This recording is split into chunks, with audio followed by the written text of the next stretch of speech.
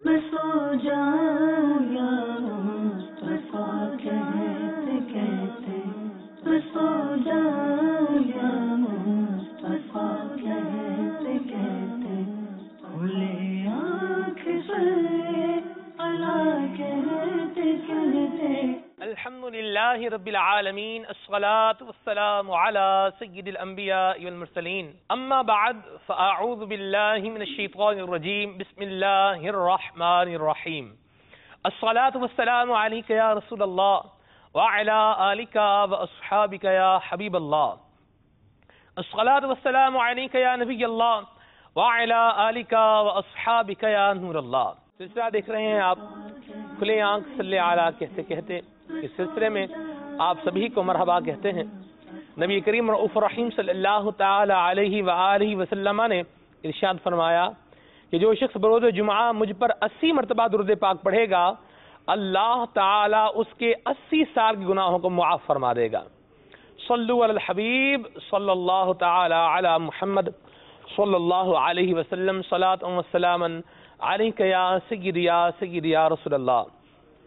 میرے مدنی چینل کے ناظرین، ہر انسان کی ایک تمنا ہوتی ہے، ایک خواہش ہوتی ہے اور ایک خواب ہوتا ہے کہ میرا گھر اپنا ہونا چاہیے اور میری زندگی جو ہے یہ لگژوریس ہونی چاہیے اور آسائش کے اور عیش و عشرت کے جو اسباب مجھے چاہیے وہ مجھے مل جائیں۔ یہ ہر ایک تقریباً انسان کی تمنا ہوتی ہی ہے، اور بالخصوص جس کو دنیا سے محبت زیادہ ہوتی ہے اس کی ان تمناؤں میں مزید اضافہ ہوتا چلا جاتا ہے۔ لیکن ہم دیکھتے ہیں کہ کچھ چیزیں ایسی ہیں کہ جو ایک چھوٹے سے ڈیوریشن تک ہمارے پاس رہتی ہیں، پھر وہ ہم سے جدا ہو جاتی ہیں۔ جیسے مثال کے طور پر اگر کسی نے مکان بنایا، بنگلو بنایا، ولا بنایا، کوئی پلازا بنایا، کوئی محل بنایا، جو بھی بنایا، تو وہ تب تک ساتھ ہے جب تک سانس چل رہے ہیں۔ ادھر سانس رکے اور ادھر جو ہے وہ معاملہ ختم۔ اسی طرح اور جو انسان کو ایک تمنا ہوتی ہے کہ آج کل جیسے دور بھی ہے فوڈ کلچر کا، تو کھانا جو ہے وہ اعلیٰ سے اعلیٰ کھانا کھاؤں۔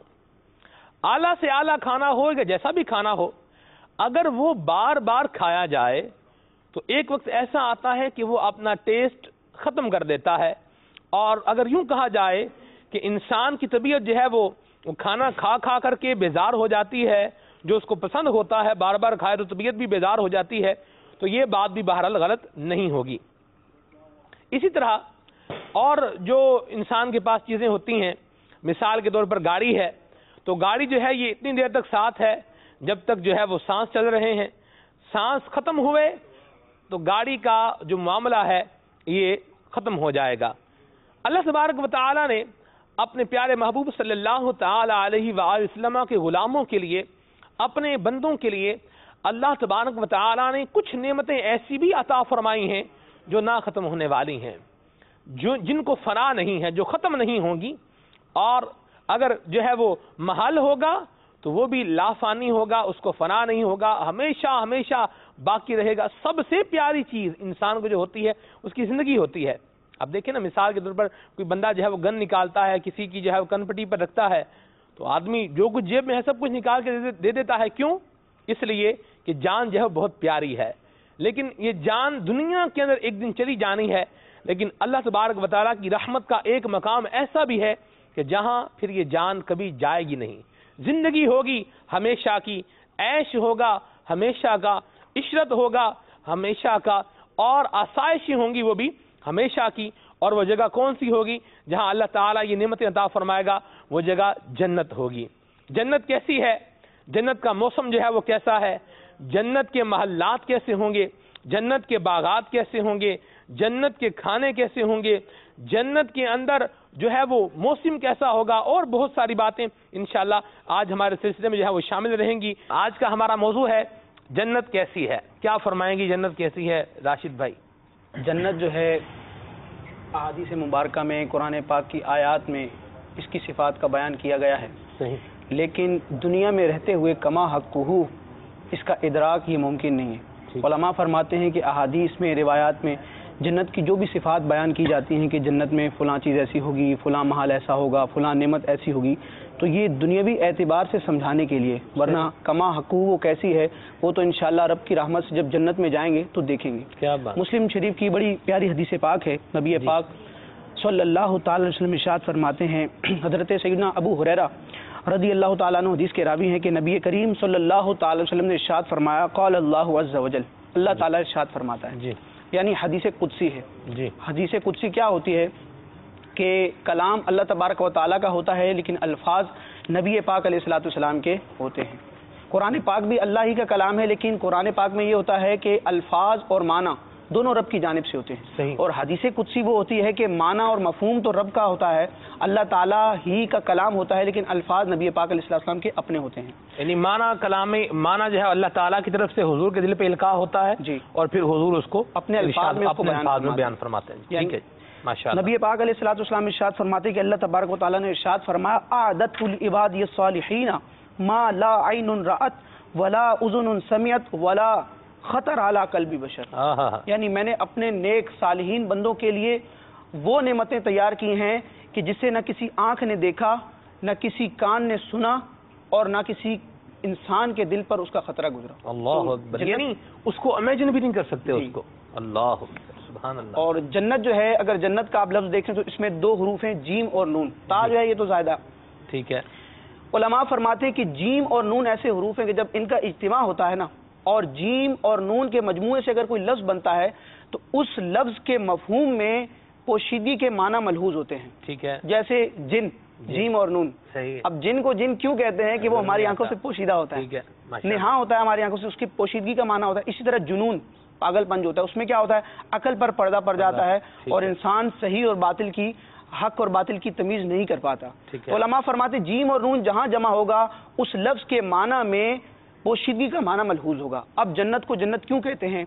تو جنت کے لفظی معنی ہے وہ باغ جس میں گھنے درخت ہوں، اتنے درخت ہوں کہ اس کی زمین جو ہے وہ پوشیدہ ہو جائے، یعنی درختوں کی کثرت کی وجہ سے اس باغ کی زمین نظر نہ آئے. یہ لفظی معنی ہو. جی لفظی. اب جنت کو جنت کیوں کہتے ہیں؟ تو ان دونوں معانی کا اعتبار کرتے علماء فرماتے ہیں یا تو جنت کو جنت اس لیے کہتے ہیں کہ اس میں گھنے باغ ہیں، ان باغوں کی وجہ سے اس کو جنت کہا جاتا ہے.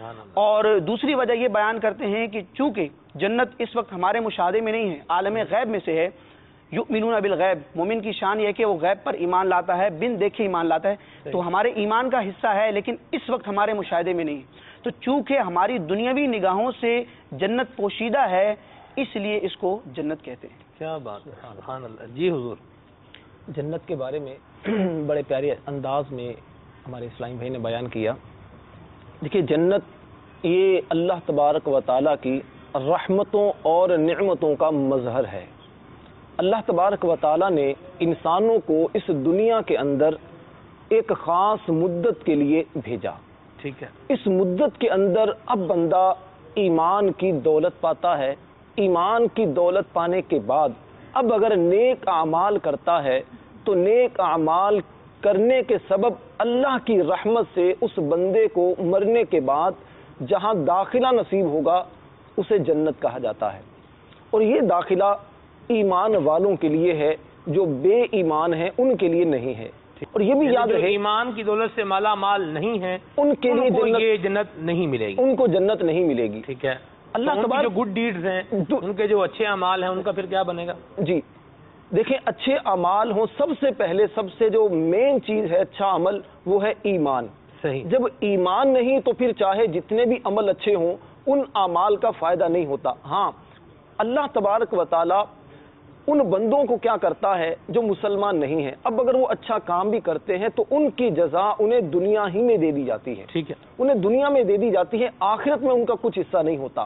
آخرت میں صرف ایمان والوں کا حصہ ہوگا. جنت جائیں ایمان والے، اور جو ایمان والے نہیں ہیں وہ ایمان والے بن جائیں، وہ ایمان والے بن جائیں، جنت پانی ہے تو ایمان کی دولت حاصل کر لیں. اس کو یوں بھی سمجھا جا سکتا ہے جیسے کوئی ایک عمارت ہے، اس کا سٹرکچر جو ہوتا ہے وہ اس کی بیس پر جو ہے بنیاد ہوتی ہے. بالکل بیس ہوگی، بنیاد ہوگی تو ہی جو ہے وہ عمارت کھڑی رہ سکے گی، اور اگر بیس ہی نہیں ہے تو پھر عمارت بن ہی نہیں سکتی نا. بالکل. تو یوں ہی نیک اعمال، پہلے ایمان، یہ بیس بنے گا، پھر اس پر جو ہے وہ نیک اعمال ہوں گے تو پھر جو ہے وہ اللہ پاک کی رحمت کے در جو ہے وہ کھلتے چلے جائیں. بالکل کھلتے. ماشاءاللہ. جنت جی. کیسی ہے؟ ہمارا موضوع آج یہ ہے کہ جنت کیسی ہے.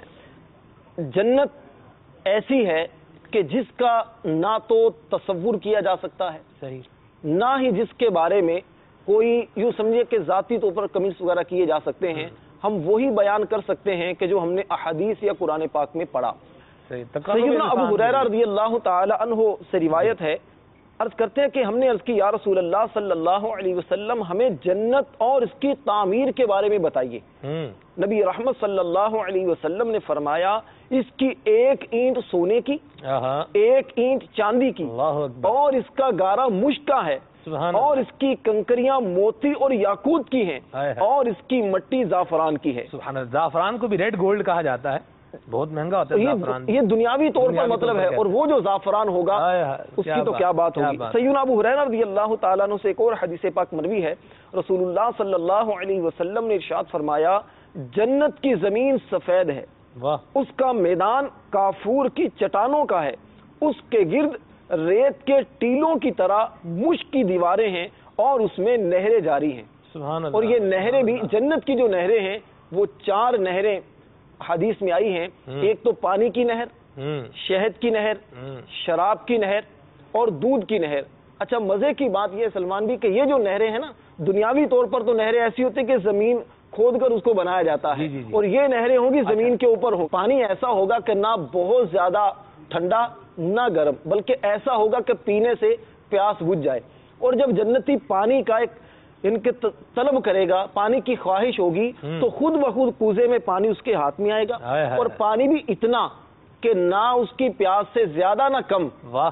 پیے گا، پیاس بجھے گی، کوزہ خود بخود چلا جائے گا. اور جنت کی شراب، یہ شراب بھی ایسی ہوگی وَسَقَاهُمْ رَبُّهُمْ شَرَابًا طَهُورًا، اللہ تعالیٰ شراب طہور پلائے گا. اور یہ شراب ایسی ہوگی دنیاوی شراب کی طرح نہیں کہ جس کو پی کر آدمی بہک جاتا ہے، انسان کی عقل میں فطور آ جاتا ہے. یہ شراب ایسی ہوتی ہے جی بدبودار بھی ہوتی ہے، نقصان دہ بھی ہوتی ہے، جو ہے وہ جگر کا بیڑا غرق کر دیتی ہے، اور بھی بے شمار اس کے نقصانات ہوتے ہیں. لیکن جنتی جو شراب ہوگی اس کو پی کر ایک نئی لذت اور ایک نیا سرور حاصل ہوگا. اور دودھ اور شہد، یہ جنتی جو دودھ اور شہد ہوں گے اس کا تو مزہ ہی ایسا ہوگا کہ یہ بتانے کے لیے تو انشاءاللہ جنت میں جب پیئیں گے تو پھر جی. راشد بھائی یہ بتائیے کہ جنت کی جو نعمتیں ہوں گی، آج ہم دیکھتے ہیں جیسے مال ہے یا بندے کے پاس مکان ہے، جنت میں بھی محلات ہوں گے. لوگ دنیا میں بھی ولاز بناتے ہیں، محلات بناتے ہیں، بڑے بڑے بنگلو جو ہے وہ بناتے ہیں، ہزار کنال پر 500 کنالوں پر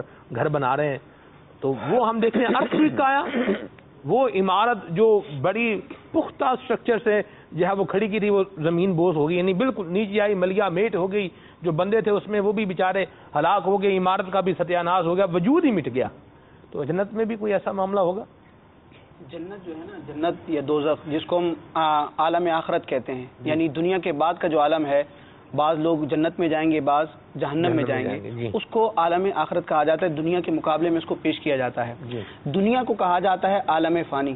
ٹھیک ہے. اس کے مقابلے میں جو عالم اور دنیا ہوگی وہ سمجھ میں آنے والی بدیہی سی بات ہے، کامن سی بات ہے کہ وہ کیا ہوگی، اس کی ضد ہوگی. جب دنیا عالم فانی ہے تو دنیا کے مقابلے میں عالم آخرت ہے جو جنت اور دوزخ پر مشتمل ہے، وہ عالم باقی ہے. تو جس طرح جنت باقی ہے اسی طرح جنت کی تمام نعمتیں، تمام آسائشیں اور تمام چیزیں یہ بھی ابدی ہیں. جس طرح جنتی ابدی یعنی ہمیشہ رہنے والی، نہ پھر موت ہوگی، نہ فنا ہوگی، نہ زوال ہوگا، اور نہ کسی چیز کو نقص وارد ہوگا. کیا بات کیا بات. سلمان بھائی میں یہاں ایک بات عرض کرنا چاہوں گا. جو ایمان کی آپ نے بات کی کہ ایمان جو ہے وہ ضروری ہے، علماء کرام فرماتے ہیں کہ جو سورہ فاتحہ ہے جس کو قرآن کا مقدمہ قرار دیا گیا ہے، قرآن کے تمام علوم اور تمام مضامین کا جو خلاصہ ہے وہ سورہ فاتحہ میں موجود ہے.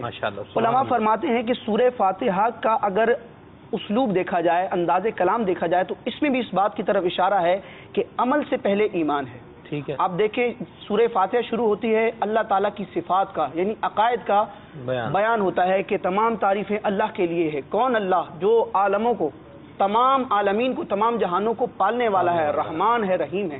اللہ تعالیٰ کی صفات کا بیان ہوا جو ہمارے ایمان کا حصہ ہے اور اصول ہے، عقائد ہے. اس کے بعد فرمایا اللہ تعالیٰ نے تعلیم دی اپنے بندوں کو کہ میری بارگاہ میں عرض کرو ایاک نعبد، ہم تیری عبادت کرتے ہیں. ہاں، تو جس سبحان طرح اللہ، واہ، صورتوں میں مدینہ آیات مدینہ. کی اگر ترتیب دیکھیں تو پہلے عقائد کا ذکر ہوا، اس کے بعد عبادت کا ذکر کیا گیا. جی. تو علماء فرماتے ہیں کہ ہر عمل، نماز ہو یا دین اسلام کا کوئی بھی نیک عمل ہو، ہر عمل کی مقبولیت اور صحت کی شرط اول ایمان ہے. صحیح. تو اگر ایمان نہیں ہے تو دنیا میں کیے جانے والے اعمال بظاہر بنظر ظاہر تو وہ اچھے کہلائیں گے، محمود کہلائیں گے، لیکن حقیقی اعتبار سے وہ محمود نہیں ہے، کیونکہ عمل کے عمدہ ہونے، عمل کے مقبول ہونے، بارگاہ الہی میں مستجاب ہونے کے لیے شرط اول ایمان ہے. ٹھیک ہے، ماشاءاللہ.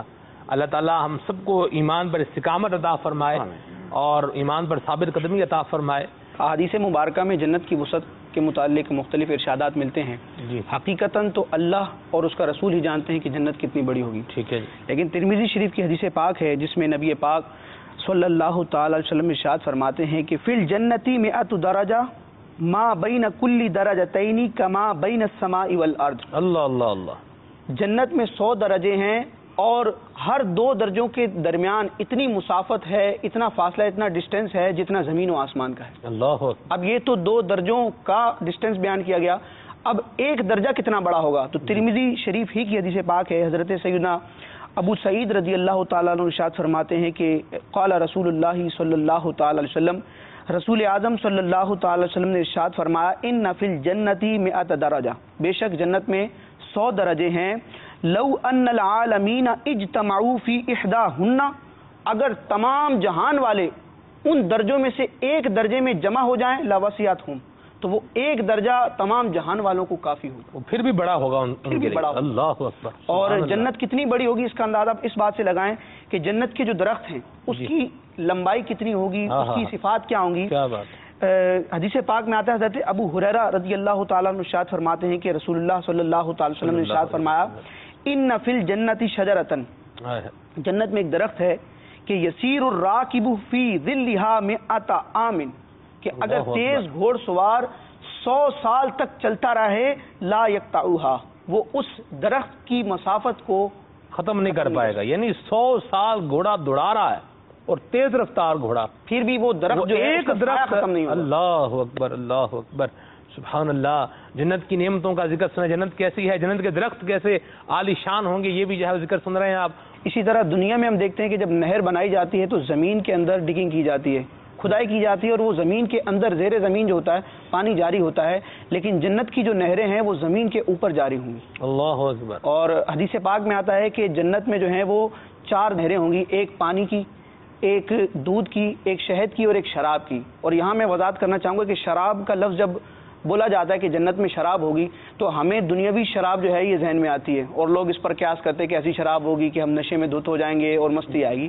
ایسا نہیں ہے، بلکہ عربی میں دیکھیں شریب یشربو، اس کا لفظی معنی ہوتا ہے پینا، ڈرنکنگ، پینے کی چیز. مدینہ تو مدینہ. اسی طرح عربی میں، اردو میں بھی ہم استعمال کرتے ہیں کہ کسی بھی شربت کو، کسی بھی پینے والی چیز کو ہم مشروب کہتے ہیں. جی. تو یہ لفظی اعتبار سے مشروب ہے، شراب ہے. یہ دنیاوی شراب نہیں ہے کہ جو بدبودار ہوگا. الکوہل نہیں ہے یہ. جی، یہ الکوہل نہیں ہے جو عام ہمارے ہاں جی، جو ہے وہ اعلیٰ بندی قسم کا جاتی ہے. یہ جام ہوگا. مثال کے طور پر شہد کا شربت لے لیں یا کوئی بھی اعلیٰ سے اعلیٰ شربت لیں، یہ ایک شربت کی طرح شراب ہوگا، لفظی طور پر شراب ہوگا. یہ 4 نہریں ہیں، ایک پانی کی، ایک دودھ کی، ایک شہد کی اور ایک شراب طہور کی. اور یہ چاروں نہریں ایک حوض میں گرتی ہیں. واہ. اس حوض کا نام ہے حوض کوثر، اللہ جو نبی پاک علیہ الصلوۃ والسلام کو عطا کیا گیا.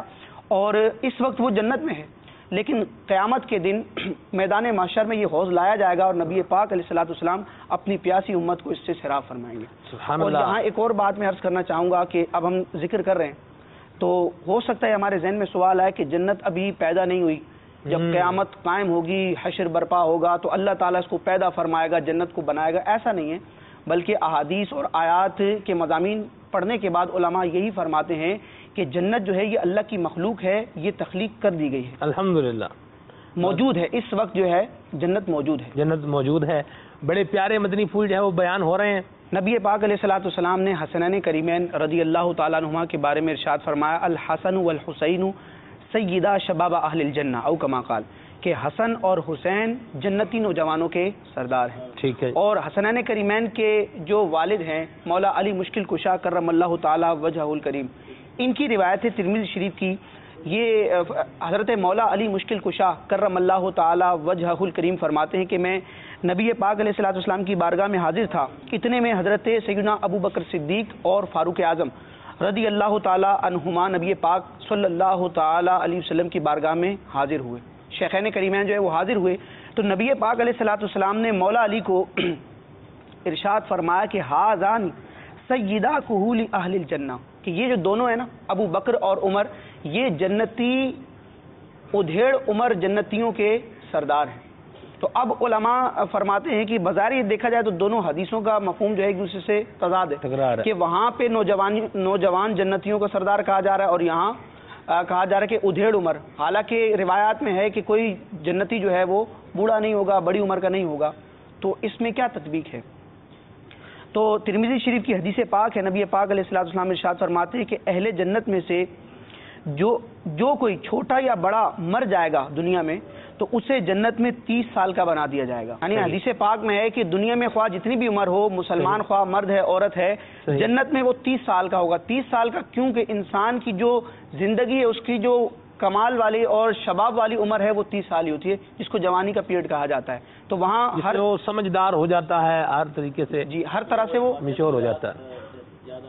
جی پیارے آقا علیہ السلام کے جو مزاح کے جو واقعات ہیں، ایک بوڑھی حاضر ہوئی تھی، یا رسول اللہ کیا میں جنت میں جاؤں گی؟